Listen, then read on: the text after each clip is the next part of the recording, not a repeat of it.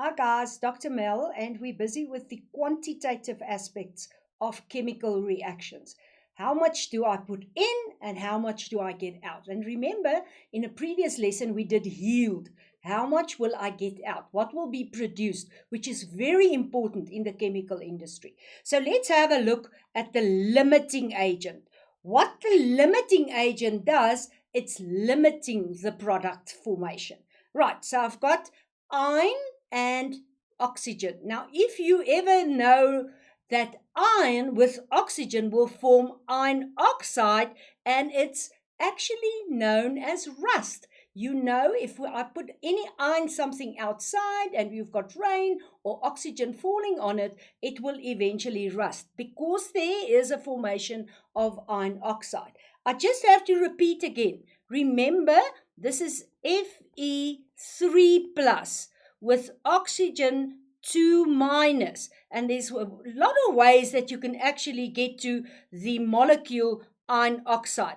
I'm going to take the shorter route. Let's say, what's the common denominator of 3 and 2? Well, you know it's 6. So to get to 6, I'm going to take 2 ions. 2 times 3 is 6. And I'm going to take 3 oxygens. 3 times 2 is also 6. And do you see now I've got my charges balanced because I had 3 plus and another 3 plus on the 2 ions. And I now have 3 oxygens with their 2 minus charges. So that's very important for us to write the equation.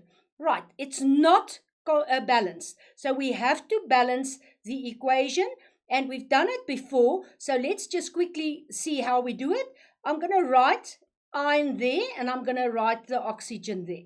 So you are going to say, how many ions is currently there? It's 1, and I've got 2 ions there. Can you see? I had 2 ions here, which is 2 there. So I know I've got to add another one there. So that would now be 2. It's not balanced yet. Have a look at the oxygen. If I've got the 2 in front here and I've got 3 there, I actually have 6 oxygens. And currently with that, I only have 2 oxygens. So I've got to multiply that with 3. So the balanced equation will be 6 oxygens that we want and 6 oxygens. Now let's write the complete balanced reaction. Firstly, if I've got 2 times 2 iron there, I've got to put the 4 there. So I'm going to write it down as it should be. I've got 4 iron plus 3 oxygen molecules. That will give me 2 iron oxide. Please don't go and balance in the molecule. You can't go in there. That you got from your charges. So be careful. Right, let's have a look at this equation. We're going to have 4 ions, 3 oxygens forming 2 molecules, which is the product. Remember, in one of the lessons we said that's the reactant, the 2 reactants going in, and this is the product. The question is, do I have enough? Do I have excess? Or is one of the substances limiting? Now, what we see in this current equation is that 4 iron, 3 oxygen would be enough to give me 2 Fe2O3. That means 4 of the ions will be required to react with 3 of the oxygen to provide me with a product of 2. Let's say I've got an excess. Let's say I've got 6 iron. Now, the equation is balanced that way. So I've got the mole ratio as 4 with 3 providing me with 2. I need 4, but now I've got 6 in excess. So of that 6, only 4 will react with the 3 oxygen. And can you now see I've got an excess here of, can you calculate that? I started with 6, 4 actually reacted, so I'm sitting with an excess of 2 mole. So it's important to know what excess means. It's too much. You're not going to use all of it. Let's go and have a look at limiting. I'm going to go back to that previous equation.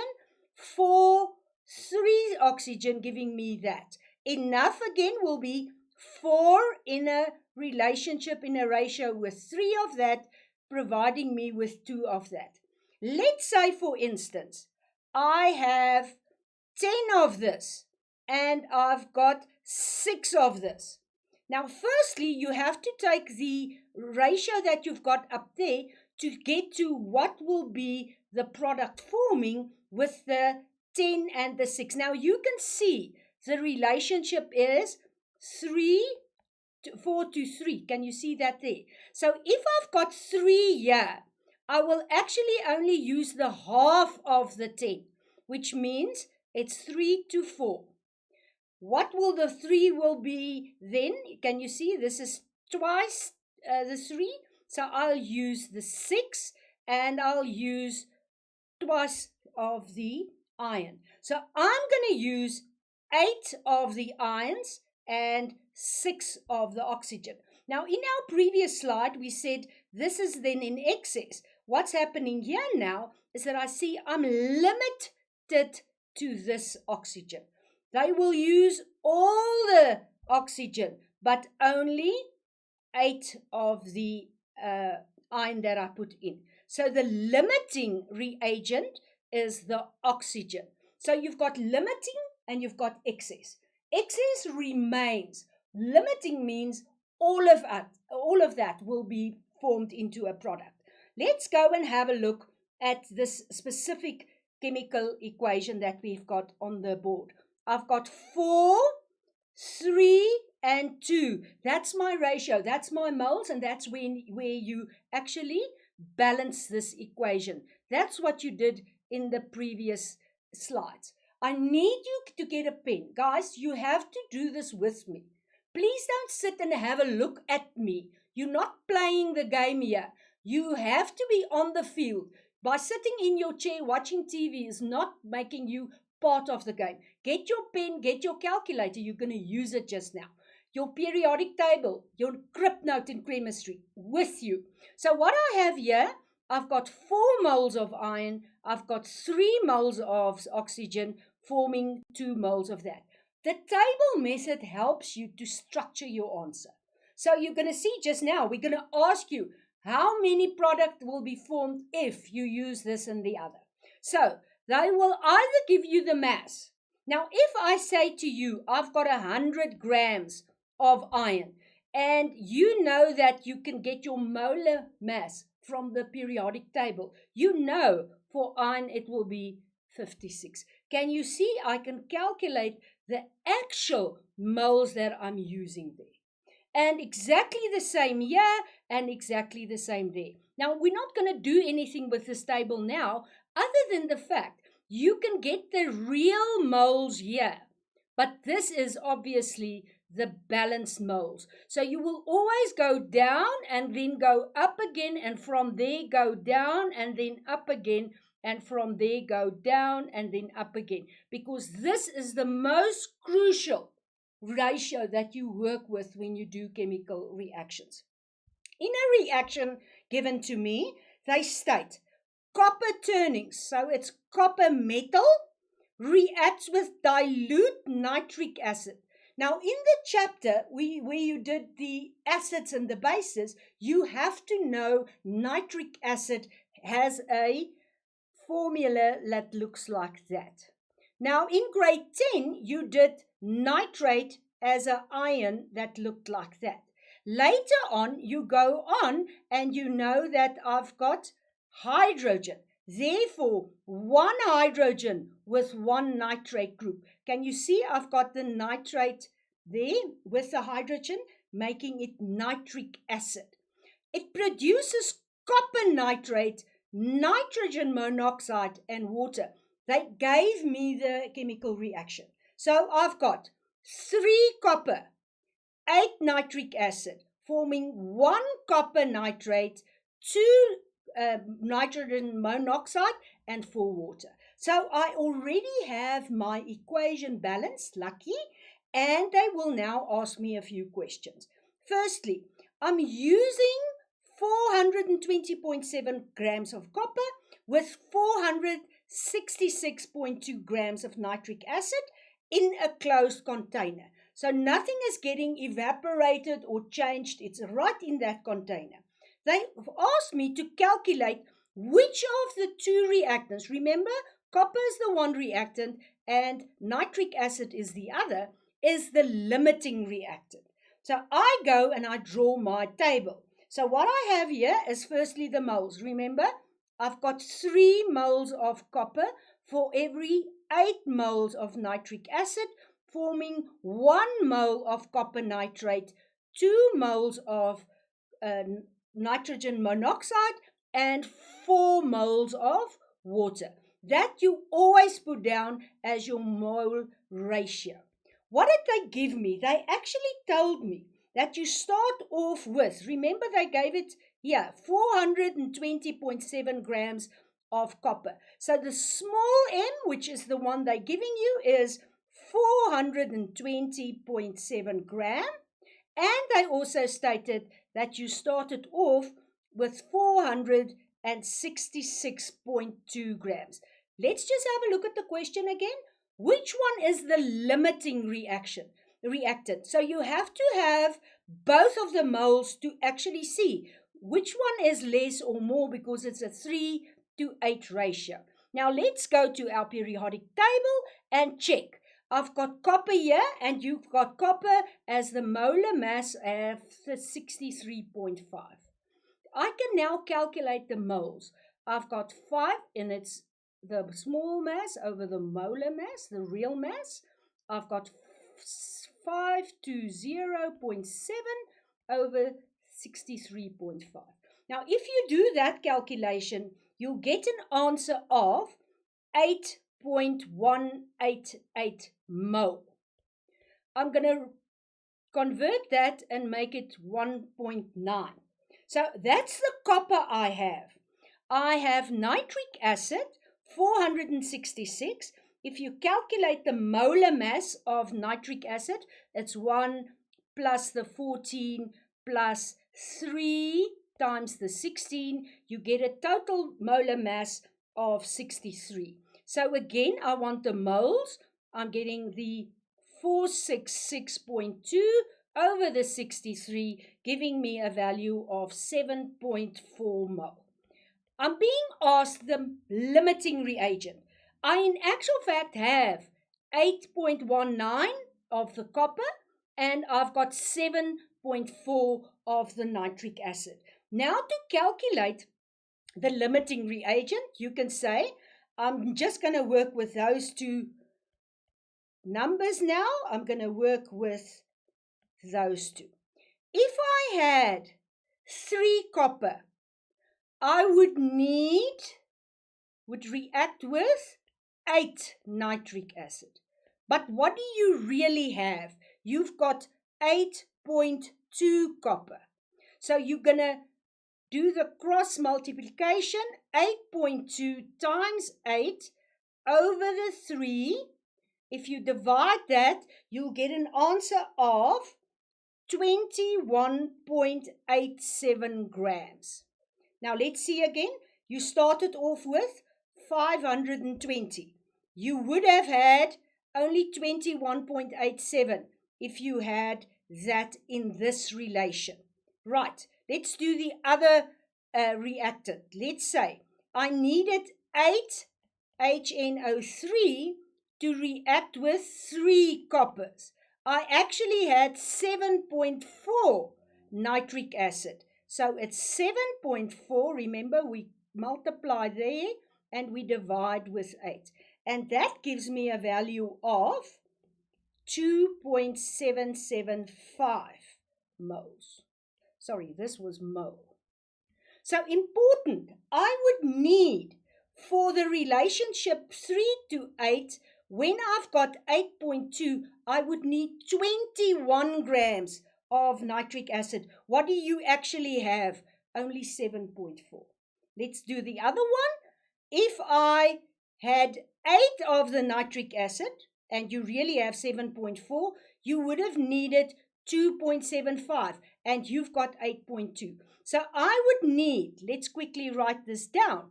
I would need, if I've got the 8.2, I would need 21.87. If I've got the 7.4, I would need 2.775. Now, can you see which one is the limiting reactant?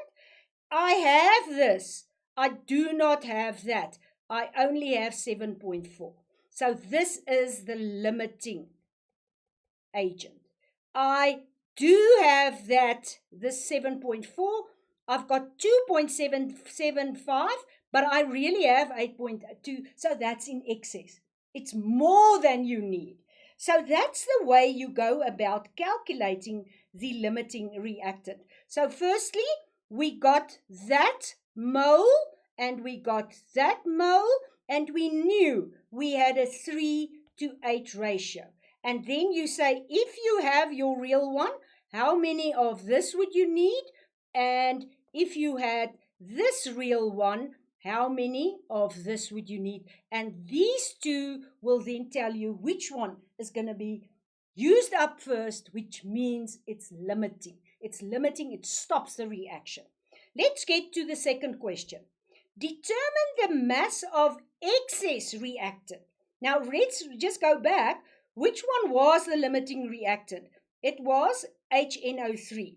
So we know HNO3 was the limiting reactant. They now ask me the excess reactant. So we know it's the copper. How many of the copper was actually used? Let's go back to our table. We actually used, with the 7.4, we only used 2.775. 2.775 mole was actually used with the 7.4 of the nitric acid. But, you actually started with 8.2. So I've got 8.2. The 2.775 is gone. It reacted.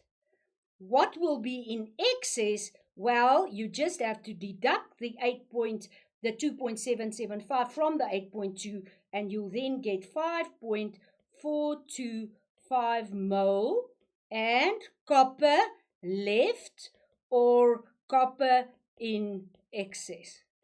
Tell the examiner exactly what you worked out and explain what you worked out. So you've got to give that answer a unit and an explanation. Another reaction says to us, we've got phosphorus with 5 chlorides. So that's phosphorus pentachloride. It's usually a green color. And I take this phosphorus pentachloride and I'm now going to throw water with it and I'm going to form, do you see that? Hydrochloric acid and phosphoric acid. So they say to me, I've got a balanced reaction. Let's quickly check. I've got here 1, I've got here 4, forming 5 and 1. If that color is not clear enough, can you see there? I've got my relationship. That's not what they want me to do. They say to me, if you have 5 moles of that and 8 moles of that, which of them will be the limiting reactant? And again, which one will be used to form this product? So let's go and work this calculation with our calculators, our periodic table, as well as a pen and paper. So I've got my balanced equation. I've got 1 mole in relation to 4 moles of water, giving me 5 moles of HCl and 1 mole of phosphoric acid. That's my balanced equation. They told me that you have 5 moles of PCl5.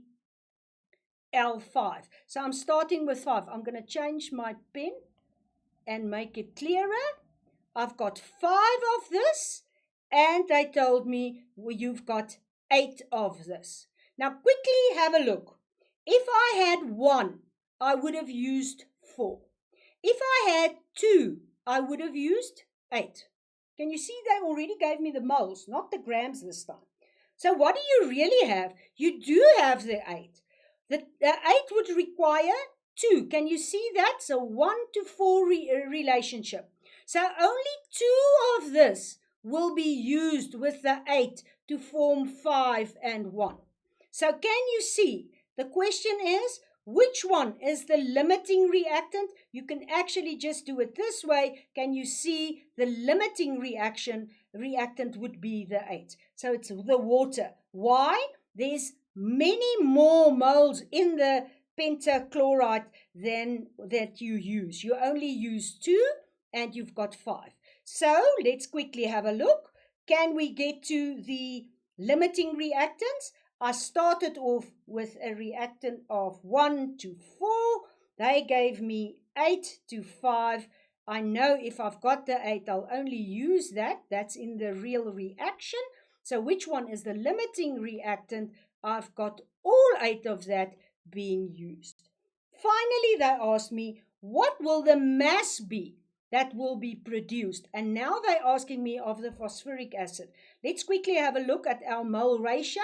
I've got 1 of this, can you see there, with 4 of that, forming 5 of the hydrochloric acid, which we're not going to use in this calculation, and 1 of these. Now we know the limiting agent was in actual fact the water. So we know we are limited to 8 waters. So 8 water will form a quarter of this. Am I correct? 4 would give me 1. 8 would give me 2. Can you see that? 8 would give you 2. 4 would give me 1 of those. And that's the relationship that you are going to then put into an equation. So you've got here, I've got now 2 moles being produced. Have a look at the question, guys. They're asking me mass. So let's go and calculate the mass of this substance. I know the moles is 2 and I know the molar mass is 98. How did I get to that? 3 H's, 3, a phosphor and 4 oxygen. And that would give you a total mass of that. The equation is N is equal to M over M. I've got the moles, it's 2. I want the real mass, and I know this is 98. So the mass being produced when I use the water will be 196 grams of what? H3PO4 produced. So make sure that you answer the question and that you know exactly what you're doing. In this chapter, we actually focused on all the molar masses, the molar volumes, and the molar quantities. In this specific lesson, you have to be able to define limiting agent and determine or calculate the limiting agent. In the same sense, you should be able to work out what will be in excess. I hope you enjoy working with these constants and all the calculations. It's challenging, but you will make use of this in all your chemistry further on. Bye.